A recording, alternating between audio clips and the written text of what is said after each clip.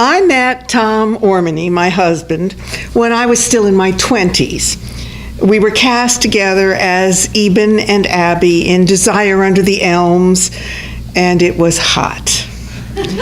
We immediately bonded with similar values and a passion for theater and film and, well, just passion. We were from different worlds.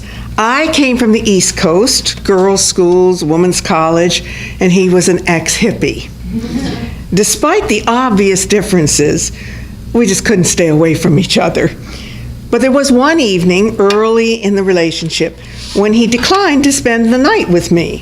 He told me that he had to meet his older brother on an astral flight. I immediately offered to drive him to the airport, and he said, "No, Maria, I'm going to Santa Monica. My brother is in Iran. We're going to meditate and meet each other on an astral plane." So, whilst looking and sounding like an American hippie, Tom was, in fact, a refugee from Hungary. He and his whole family had escaped in the '56 revolution. His father, Apu, was chief engineer of the Hungarian National Theater System, and his mother, Eva, was the first lady of the Hungarian theater in the 30s, 40s, and 50s, with 50 films under her belt. My first meeting was at the memorial for the 1956 Hungarian Revolution, which is held yearly in MacArthur Park in downtown LA. There was a monument. It was just tall and elegant, winged bird atop it, and all around were various Hungarian political factions. And on the rooftops, there were Los Angeles cops with rifles. I guess these factions must be fiery.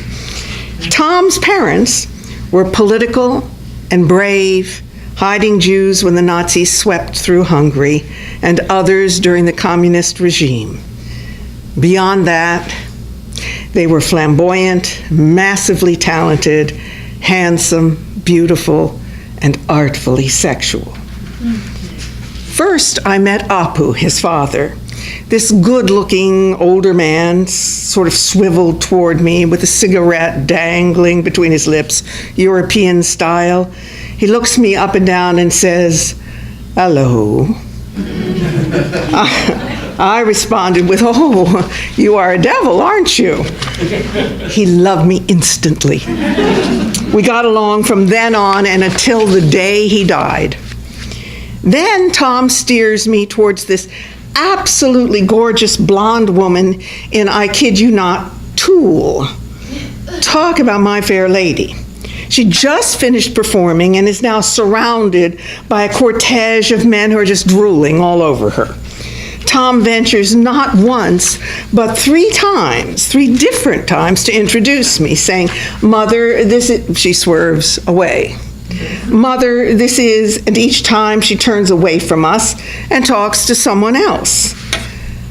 Now annoyed, I walk away thinking, oh boy, this is not going to be easy.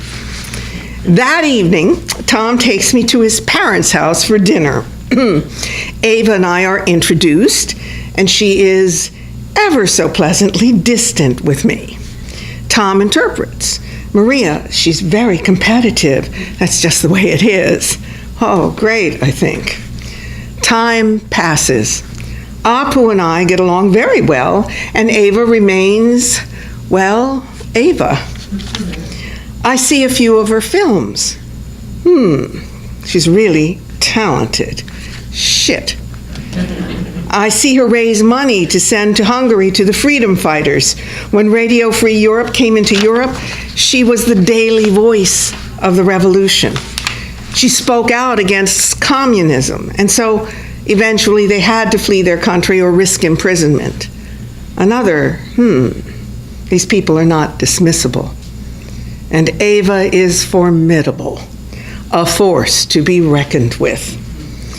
Over the next few years, Ava summons my involvement in various Hungarian plays and ballroom scenes as an extra. Never mind, I run a theater.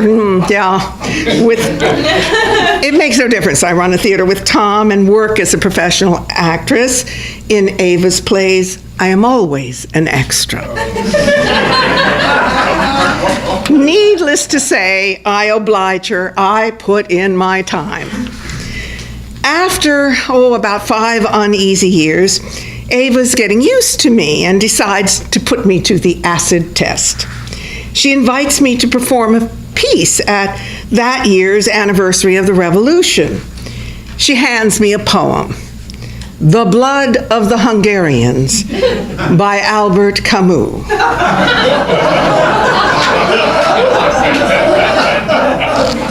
It's a political dirge that is seeping with lurid descriptions. I memorize it. Ava summons me to a rehearsal. I do it in her living room. There is complete silence at the end. She says, "Come here and sit beside me."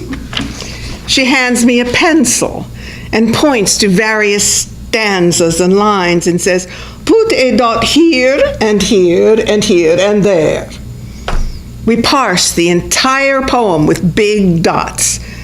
I say, "What are these dots for?" She says, "Well, here you will pause." I say, "Pause?" She says, "Yes." I say, "Why?" She responds, "Here they will applause." I say, "Really?" She smiles serenely. "It is crowd psychology." I say, "How do you know?" And she says grandly with lifted brow, "They are my people." End of rehearsal. So now comes the day of the event. I've dressed according to her wishes, a tight black slit skirt and a blouse and a tight form-fitting vest and high heels. And there are the factions and the police on the rooftops. Apparently all are ready for war. It's all a bit disconcerting. And Ava looks at me imperiously. I grit my teeth and I climb up onto the podium, which faces the large bird, and I say the title, The Blood of the Hungarians by Albert Camus. Oh, I look at the hundreds of faces below me and I think, God help me. I plunge towards that first dot and I stop dead. A brief second passes and they scream out, "Bravo! Yay! Bravo!" Startled, I head to the second dot, and again they scream, they holler. Well, this is starting to be fun. Third dot, fourth dot, more response. I swear to God, that crowd lifted me up. I found myself flinging my arms out and bellowing at that bird, and they went wild, just wild. I could hardly get off the podium. Tom had to help me down the steps because my knees were shaking with the adrenaline. I was swarmed by radio and TV people. And I looked at Ava and she said measuredly, "You were very good." A small win. But from that day forward, we began to grow closer and closer. She came to any show I was in, and I went to all of her shows. If I wasn't in them, I was the bearer of gloves, rings, capes, and scarves. We began doing postmortems on each other's performances, going over details as only two actresses could. We lived with her while we built our own house, 18 months. I thought it would be so difficult. She was wonderful. She knew I was worried about the funding. "Maria, it is only money." She missed us when we moved into our new home. Apu had died and she was alone. She always said she would not return to her cherished Hungary until the Russians all left. One night in our dining room at a family dinner, she announced, "I will be going back to Hungary for a performance." Silence at the table. "Well, I'll be there," I piped up. "Good, very good," she said. And the rest of the family got on board. A few months later, we were in Hungary. We went to the church in which she married Apu, and she wept. We went to the National Theater where she'd played Juliet at the age of 15, and she wept. She was old and tired easily. The stress got to her, and by the day of the performance, she was ill. She tottered down the back hall of the theater in a babushka, looking god-awful. "It is in God's hands," she said, as she was hustled into the makeup chair. Oh my God, I thought, is she going to make it? I returned to the dressing room where she stood up completely transformed. She sailed onto that stage and she opened her arms to her people and she took them. On the way back to America, we post-mortem the show. I was there for her last show at the theater at Barnsdale Park. She was 91. She could not walk well, and I figured out we could get her a regal wingback chair, and Tom and his brother would walk her out, one on each arm, and she would sit beautifully into the chair. I heard her say to Tom while standing in the wings, "Well, here we are, in a theater, right where we belong." Off they went.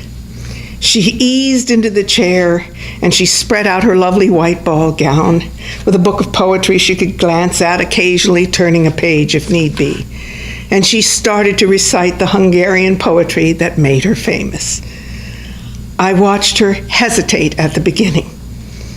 I held my breath, and then she lifted her chin, straightened her posture, and her iron will kicked in, and she was off and running. She brought the house down. My fair lady, I never loved her more.